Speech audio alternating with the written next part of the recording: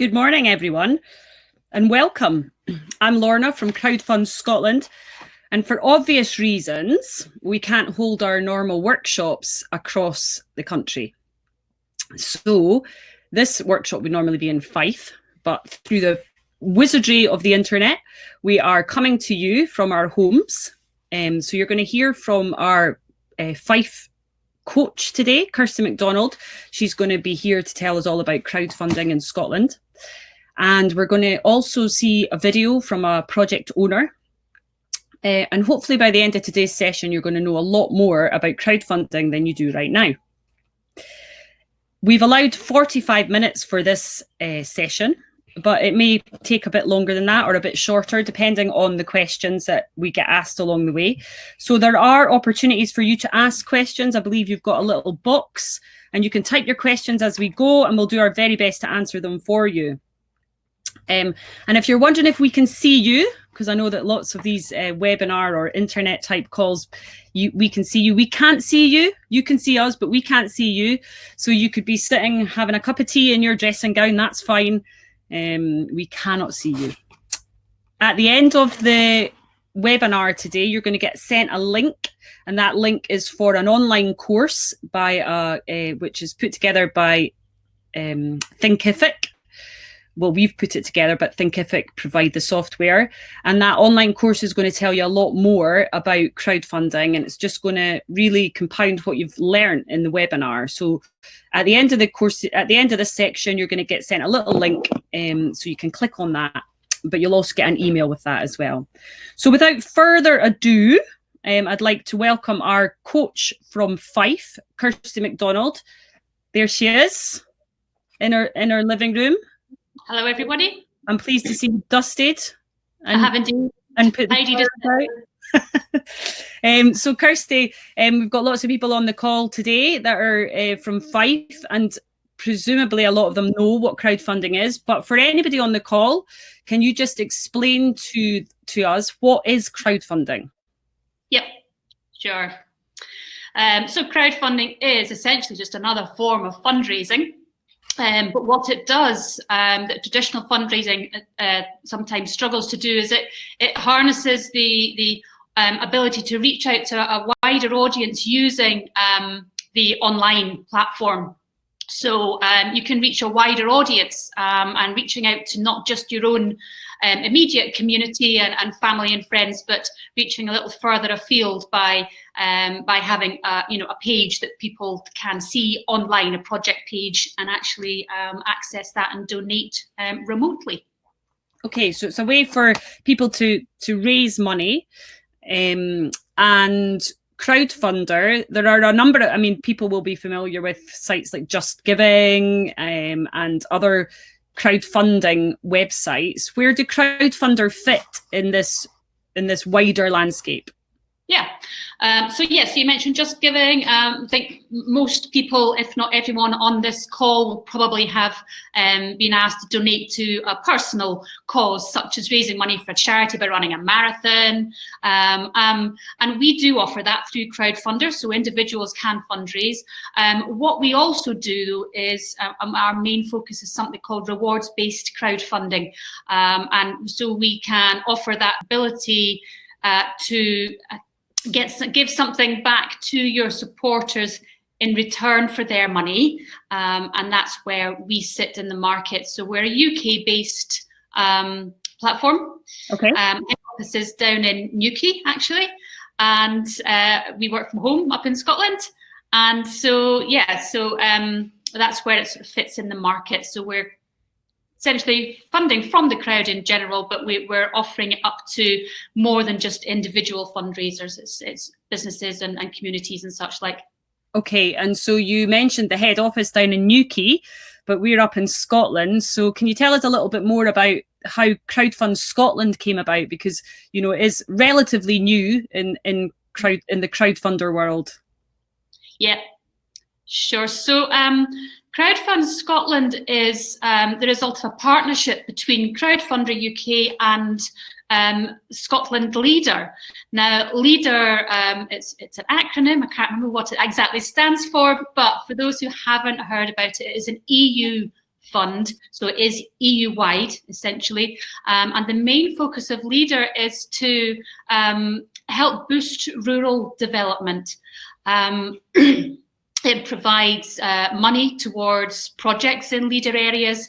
But once that money has all been allocated to individual projects, which it has for this particular programme, then what Leader in Scotland decided to do is use what little money they had left to fund some coaching for people who are looking to use crowdfunding in those areas and provide extra support through the one-to-one coaching that we offer as coaches in Scotland. So it's available to projects that are in those Leader eligible areas, which is postcode driven, essentially.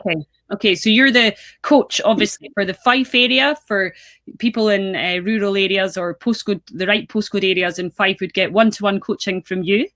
And what sort of groups I think you touched on this, but what sort of groups can crowdfund? Is it open to anybody? Is there a certain area that predominantly crowdfunds? Mm-hmm. Yes and no. So it's open to everybody and anybody. So businesses, so brand new businesses looking to raise startup funds, or existing businesses looking to diversify, maybe looking to launch a new product or buy some new equipment to grow their business. Communities can use it. So community groups that are looking to maybe raise money for refurbishment on a village hall, for example, or charitable organisations maybe looking to further and expand the services that they want to offer and need some money to get that off the ground. It's adaptable and can be used for any purpose that, a specific project usually that needs a set amount of money.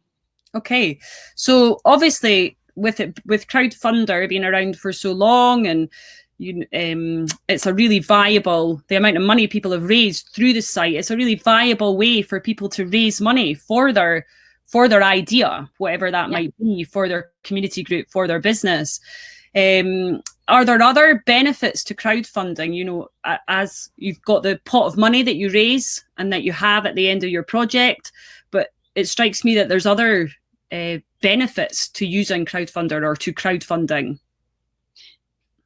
Yeah, you're quite right there. So just on the money front, I mean, Crowdfund has been going since 2013, and is overall that time we've raised over £80 million, and that increases daily. So that's how viable it is. It's here to stay, crowdfunding, definitely. But apart from that money, the other benefits you can get through running a project, well, you're going to have to use lots of marketing to round up your crowd, if you like, and spread the word and let the supporters know. So through doing that, you are creating more awareness of your projects. You're letting people know what your project's about and what you're doing. So that's potentially is awareness you're creating that might not have been there before. So that's one of the benefits. And with that, you gain advocates for your business or your organisation. So by that, we mean that if people are pledging money towards your project and they want to see it happen, they're probably going to want to see you follow. They're going to follow that journey right the way through and follow your progress and see the project coming to fruition, and then hopefully go on to become future customers and members, essentially, and supporters of charities. So that's another benefit as well. And thirdly, there's the validation of your idea. So potentially more so for businesses, maybe if it's a brand new business and you're thinking, is this a good idea? Is it going to work? You're a bit nervous, but if people are giving you money to see that work, then it's evidence that it's a good idea. It validates that you're onto a good thing. Okay, so it sounds like a great sort of big marketing tool to make sure that you've got the support you want or that you need to make your idea happen. Yeah. I wonder, is it a good idea now to have a look? Can we have a look at a project? Can we see a live project where we can see somebody's idea and hear somebody's story and see it in practice? Sure. So quite aptly, I thought you might ask me this, so I've got a little page ready. So I'm just going to turn. I'm going to turn my video off here. Technology. We're going to share my screen. I've picked today a project in Fife. It's live and running just now. So hopefully that's showing on the screen now for you. So it's the Maspy Den, which many of our participants today will have either heard of or actually been to. It's a lovely walkway, natural walkway which is part of the Falkland estate. And they're raising money because there is a lot of erosion that has happened, natural erosion from heavy rain and such like, and also just footfall, because it's a very popular area. So they're raising money to fill the gap in some funding that they've managed, and that's another good thing of that crowdfunding. Another benefit of crowdfunding is that it can help to fill a gap that you might have a shortfall in a bigger chunk of funding that you might have got. So we've got a target here of £5,000. They've got, you can see, 16 days left to run, and they're almost at target. So I'm going to put a shameless plug in here. If anybody on the call wants to help them reach that target after here, then we'll pop the link out to you. You can certainly pledge. So the essentials of a page, good page. A good title, so it's quite memorable, it's obvious what you're raising money for, and a very short and succinct description of what you're trying to do with your project and the aim. You can see there's lots of ways you can share. People can share the project, and you can put links to any Twitter or Facebook that you use currently. So if you have existing social media, you link it up. As well, on the left-hand side, the main part of the story here, you want to break your story down into easy to read chunks, explaining who you are, the challenges that you're facing, if it is a challenge, or the purpose, your aim that you want to achieve. Have some good pictures in there. So this one you can see is explaining, it's showing what they've done so far. They've got volunteers working on the land that help to manage it, but there's some stuff essentially that they just can't do. You can see there it's quite badly eroded, so we're looking to get some outside contractors in to help fix those problems. So we've got nice sort of bold titles, easy to read, visuals there to help describe what's going on. And on the right hand side, I'm just going to flip up the top again. You can see people can just donate if they want towards a project, but we also, as I say, look at rewards based crowdfunding. And down the right hand side, you can get creative as you like, with your rewards. So we've got just a general thank you. We've got a hot drink available for £10 and a piece of delicious cake. You can plant a tree if you're environmentally minded and you want to help support that. And then tea for two, there's various tours available through the Woodland Ranger as well, or by the Woodland Ranger. And if you want a tea party as well, so up to 10 people for that. And even when you're looking at rewards, potentially match that up to your audience, so you've got higher pledge amounts as well. So that gives you an idea of what a page would look like. And it's important to get a really good either a good image up at the top here or a video, as you can see here. I won't play it just now, but yes, a video is good too. Great. Thank you, Kirsty. That looks great. And I maybe enticed myself by afternoon tea for two. Brilliant. Go for it. Or maybe I could go for planting a tree. That's more environmentally friendly, isn't it? So we mentioned at the start that also we're going to hear from a project owner or hear about a project that has run. Have you got a video I think you've got a video for us that we can see? Yeah, so we've got a project that ran a couple of years ago, and actually they're still expanding. It's called Cycling Without Age, which some people will have heard of.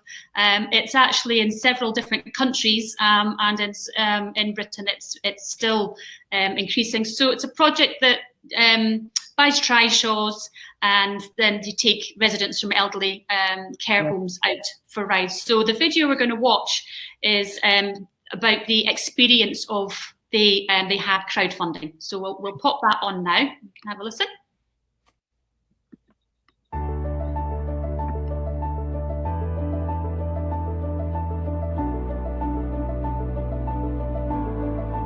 Cycle Without Age is a fabulous project. It was founded in Denmark by Ole Kassow and Dotta Pedersen in 2012, and it was developed to allow people with limited mobility to enjoy the experience of cycling.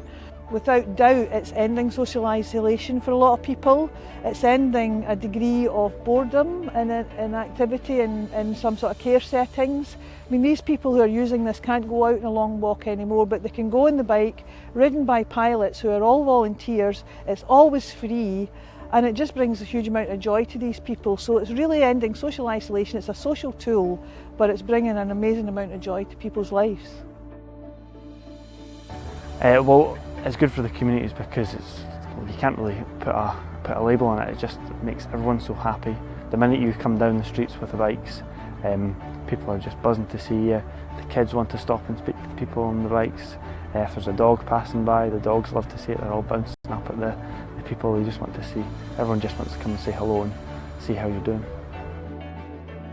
It was something that immediately triggered off for me, because I had been in the retirement home for a year and people were not mixing. They were just going down for meals and go back in the flat. And I thought it would be good to get something to get them involved. It's also mixing the old people with the young people. So it's getting people out and it's getting them used to that they are part of the community and not forgot about. That's my satisfaction in the Cycling Without Age, is seeing the faces change and the attitudes change of the older people. With the success of our crowdfunder, it seemed to make people who were external to the project sit up and listen about the project a lot more. We're now a hugely successful government-funded organisation as an overarching body in the whole of Scotland, and we're absolutely sure that that's down to the success of the promotion that we got with the project, and partly the success of the crowdfunding campaign that we did, because it really made our local government and central government in Scotland wake up to the fact that this is something that people really want to happen, and they want to do it for themselves.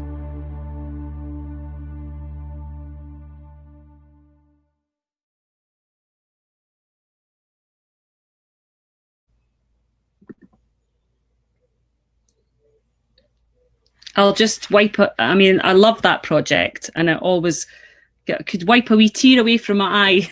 The guy speaking about how it's really enhanced their life and brought them out into the communities. So it's really interesting to hear the project owner talk about some of the things you mentioned about it really raising awareness of their project and helping them access extra funding as well through local government.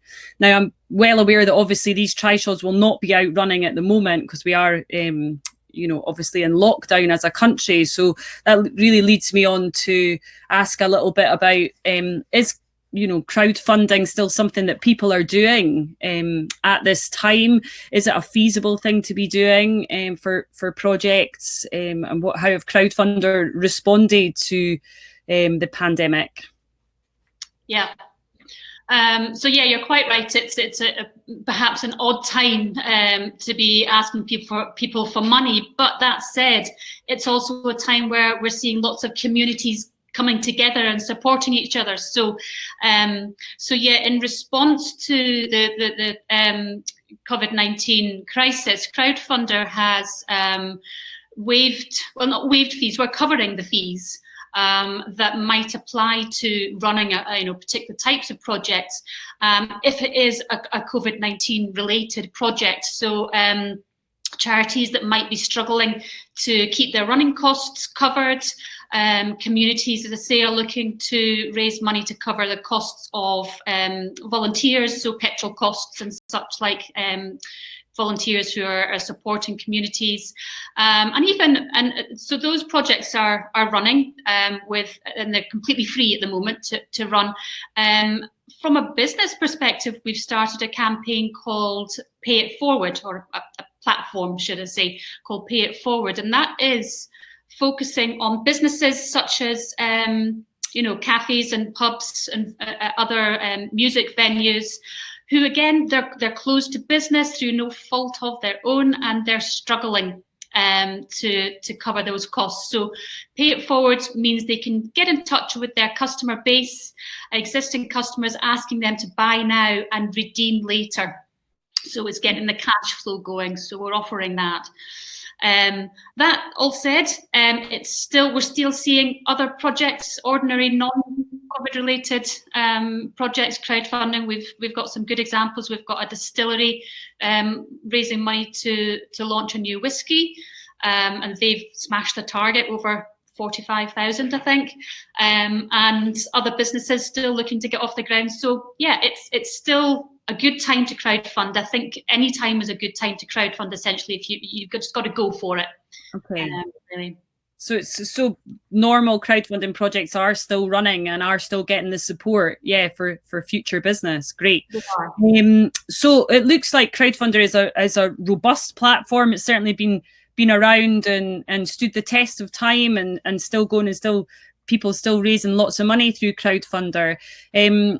We talked a little bit about the support you can get. Can you tell us a little bit more about the support that Crowdfunder offer to project owners, and also about matched funding, which some people may have heard about? Yeah.